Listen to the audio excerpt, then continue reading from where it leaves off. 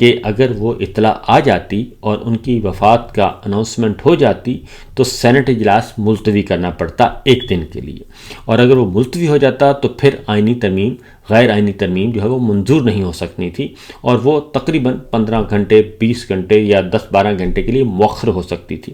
لیکن سیاست بے رحم ہے، ظالم ہے، اور اس نے یہ نہیں دیکھا، بلکہ انہوں نے کہا کہ جو پریورٹی ہے وہ غیر آئینی ترمیم ہے، کیونکہ اگر یہ غیر آئینی ترمیم کوئی 10-12 گھنٹے لیٹ ہو گیا تو خدا نہ خواستہ پتہ نہیں کیا ہو جائے گا۔ تو پھر ایک بات، دوسری بات یہ کہ ان کے پاس نمبرز بھی پورے نہیں تھے۔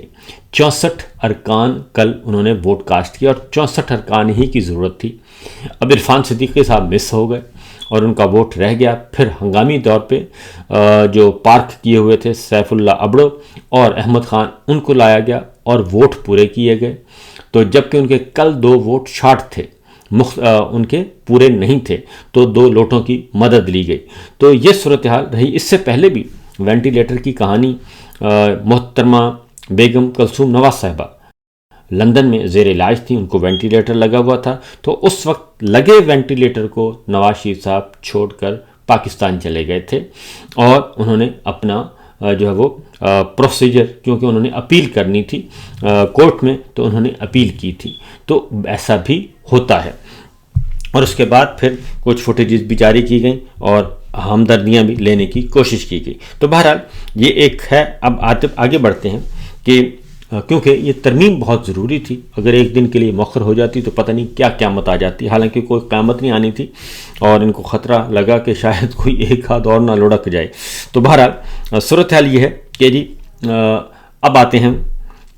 غیر آئینی ترمیم کے حوالے سے۔ آج قومی اسمبلی میں یہ منظور کی جائے گی، آج اجلاس بلایا ہوا ہے، تیاریاں کی پوری ہیں، اور وہاں پہ ان کو نمبرز گیم کا ایشو نہیں، کیونکہ آلریڈی غیر آئینی طور پر الیکشن جو پارلیمان میں مخصوص نشستیں بھی پاکستان تحریک انصاف کی وہ ان کے حوالے کی جا چکی ہیں۔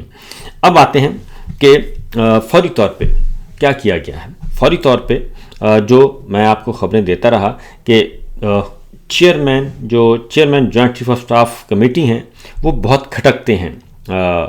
خاص طور پہ 2 مواقع پہ ایسا ہوا ہے کہ وہاں پہ کچھ فیصلے ہوئے۔ جنرل زبیر حیات نے 2019 میں اپنا رول ادا کیا، جب ابھی نندن کا طیارہ گرایا اور اس کو گرفتار کیا، اور ایک اور جہاز گرایا، اور اس پہ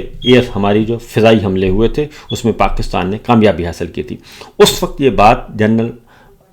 قمر جاوید باجوہ صاحب کو اچھی نہیں لگی تھی، اور اس وقت بحریہ نے بھی بھارت کی ایک آبدوز جو ہے وہ نشانے پہ لے آئے تھے، اور اس کو بھی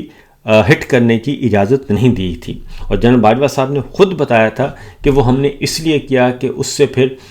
ٹینشن بڑھ جاتی اور جو اسکلیٹ ہو جاتا معاملہ لڑائی کا، جبکہ اس وقت پاک بحریہ نے بہت شاندار طریقے سے بھارت کی آبدوز جو ان کی طرف آ رہی تھی اس کو ٹارگٹ کر لیا تھا، اور ایک بٹن پہ وہ ہٹ ہو سکتی تھی، لیکن اس کو نہیں کرنے دیا گیا، اور پاک بحریہ نے بھی کیونکہ، اور اس کے بعد پاک فضائیہ نے بھی، کیونکہ یہ اس لیے میں بتا رہا ہوں، یہ میرے سامنے امینڈمنٹ پڑی ہے 243 کی۔ 243 میں سب سے پہلے chairman joint chief of staff committee کا عہدہ ڈیمالش کر دیا گیا ہے، جوائنٹ سٹاف ہیڈ کوارٹر کا سیکریٹریٹ ختم کر دیا گیا ہے، اور اب وہ آ گیا ہے جنرل عاصم منیر صاحب کی دسترس میں، اور اس طریقے سے اب تمام فیصلے، کیونکہ جب حالت جنگ میں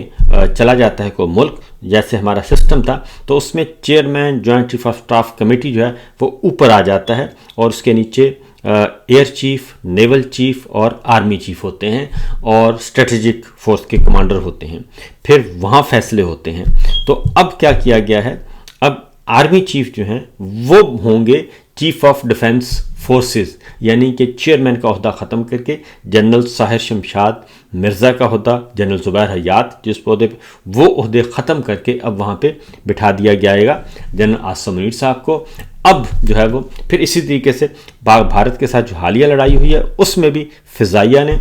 بہت شاندار کام کیا تھا، اور اب جو ہے جنرل عاصم منیر صاحب کی مرضی کے بغیر، جو اس وقت میں کرنٹ سچویشن بتا رہا ہوں، ان کی مرضی کے بغیر نہ ہی فضائیہ حرکت میں آ سکے گی، نہ بحریہ حرکت میں آ سکے گی، نہ ہی اسٹریٹجک فورس حرکت میں آ سکے گی۔ وہ اجازت دیں گے تو کوئی حرکت میں آئے گا۔ تو یہ از خود ایک خطرناک کام ہے۔ تو یہ معاملہ ہوا جی، اور ان کی جو انڈیپینڈنس جو سلسلہ ہے وہ خود مختاری وہ ختم کر دی گئی ہے۔ اب آتے ہیں، اس کا ظاہر ہے اس کا رد عمل آئے گا، اور یہ اتنی جلدی معاملہ ہونے والا نہیں ہے۔ اگلی خبر ہے کہ غیر آئینی ترمیم جو ہے 26ویں وہ ابھی چل رہی تھی، اور اس کا فیصلہ ہونا ابھی باقی تھا۔ تو جس عدالت میں یعنی آئینی بینچ کے سامنے یہ معاملہ چل رہا تھا، اور اچانک سماعت روک دی گئی تھی۔ تو سماعت روکنے کی حاجی امین صاحب نے سماعت روک دی تھی، اور اب وجہ سمجھ آ گئی کہ وہ سماعت اس لیے روکی تھی، ملتوی کر دی، طویل دورانیہ کے لیے 10 تاریخ تک ملتوی کی گئی تھی۔ ان کا خیال تھا کہ 10 سے پہلے 27ویں غیر آئینی ترمیم منظور ہو جائے گی اور وفاقی آئینی عدالت آ جائے گی، اور جو ہی وفاقی آئینی عدالت آ جائے گی تو ہم کہیں گے جناب اب تو ایک اور ترمیم آ گئی۔ تو وہی کام ہوا، اور وہ 10 تاریخ کو تو یہ نہیں ہو سکا منظور، اس میں رکھنا آ گیا، تو لہٰذا اب کیونکہ 2 دن بعد منظور ہوگا تو وہ سماعت 10 تاریخ کو بھی ملتوی کر دی گئی تھی، 26ویں غیر آئینی ترمیم کے خلاف جو سماعت ہونا تھی۔ تو اس طریقے سے